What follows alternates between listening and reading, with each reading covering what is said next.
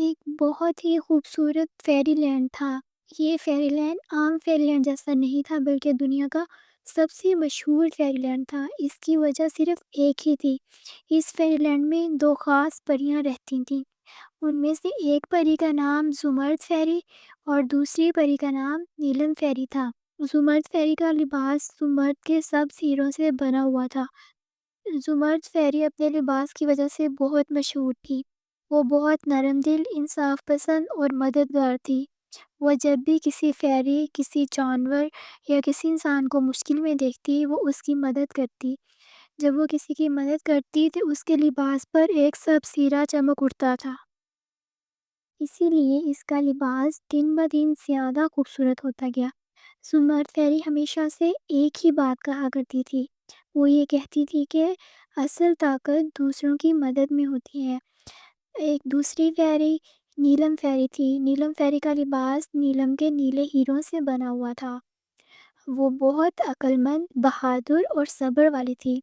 وہ ہمیشہ مشکل وقت میں سب کو سمجھداری سے راستہ دکھاتی تھی، سب کی مشکلوں کو حل کرتی تھی اور سب کے مسائل سنتی تھی۔ وہ سچائی اور امن کی وجہ سے بہت زیادہ مشہور تھی۔ سب فیریز اس کے نیلے لباس کو دیکھ کر ایک ہی بات کہا کرتی تھیں: یہ نیلم نہیں، عقل کی روشنی ہے۔ زمرد اور نیلم فیری بہت اچھی دوستیں تھیں۔ اکثر ایک ساتھ بیٹھ کر وہ باتیں کرتی، ہنستی، کھیلتی اور فیری لینڈ کی حفاظت کرتی تھیں۔ وہ ہمیشہ کہیں اگر جاتی تو ایک ساتھ جایا کرتی تھیں اور ایک ساتھ واپس آیا کرتی تھیں۔ ایک دن اچانک ایک نئی فیری آئی۔ اس نے روبی ہیروں کا لباس پہنا ہوا تھا۔ وہ خود کو روبی لینڈ کی کوئین کہنے لگی۔ روبی فیری کسی عام فیری لینڈ سے نہیں آئی تھی۔ اس کا تعلق روبی لینڈ سے تھا، جو ایک دور دراز، جادوئی اور سرخ رنگ سے بھرا ہوا فیری لینڈ تھا۔ وہاں کی ہر چیز سرخ تھی۔ وہاں کے ہر درخت، ہر پھول اور ہر ہیرے پر سرخ روشنی تھی۔ وہاں کی ہر چیز سرخ روشنی سے چمکتی تھی۔ روبی لینڈ کی کوئین ہمیشہ طاقت اور طاقتور بننے کی تعلیم دیتی تھی۔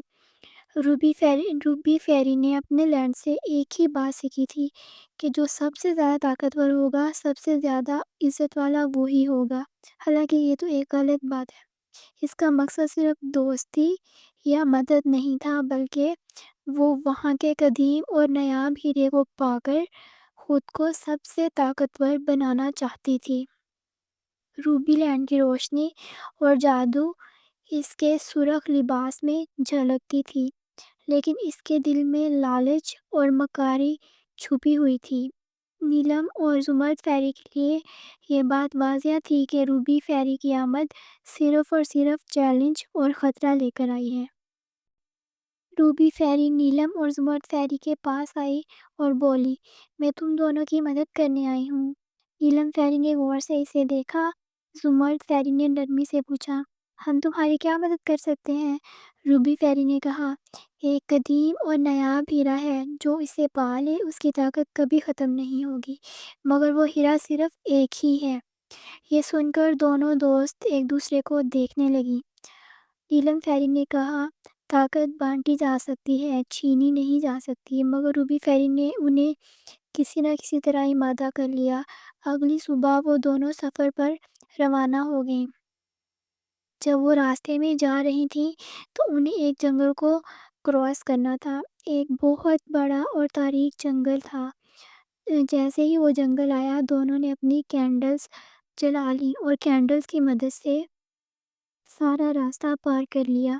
دونوں فیریز ابھی تھوڑا سا ہی آگے گئی تھیں کہ وہ دو خطرناک جادوگرنیاں آ گئیں۔ نیلم فیری نے اپنی عقل سے جادوگرنیوں کو کمزور کیا، تو زمرد فیری نے اپنی نیکی کی طاقت سے انہیں شکست دی۔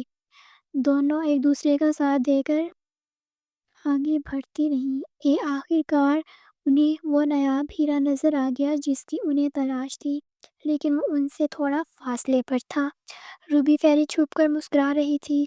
جیسے ہی وہ دونوں ہیرا چھونے لگی، نیلم فیری کو کچھ غلط محسوس ہوا۔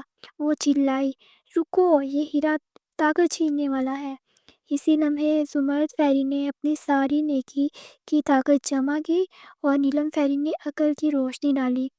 جیسے ہی دونوں نے اپنی اپنی روشنی ہیرے پر ڈالی، ہیرا ٹوٹ گیا۔ روبی فیری چیخ اٹھی، نہیں میری طاقت! اس کا سرخ لباس مانت پڑ گیا اور وہ کمزور ہوتی گئی۔ جیسے جیسے ہیرے کے ٹکڑے ہوئے، اس کا سرخ لباس بے رنگ ہو گیا اور وہ بہت کمزور ہو گئی۔ سمرد فیری نے کہا، جو دوسروں کے لیے کھڑا کھوتا ہے وہ خود اس میں گرتا ہے۔ نیلم فیری نے مسکرا کر کہا، اصل طاقت دوستی، سچائی اور نیکی میں ہے۔ اس کے بعد دونوں فیریز اپنا اپنا راستہ لیا اور اپنے جنگل میں واپس آ گئیں۔ ان کی آمد سے ان کا فیری لینڈ پھر سے روشن ہو گیا۔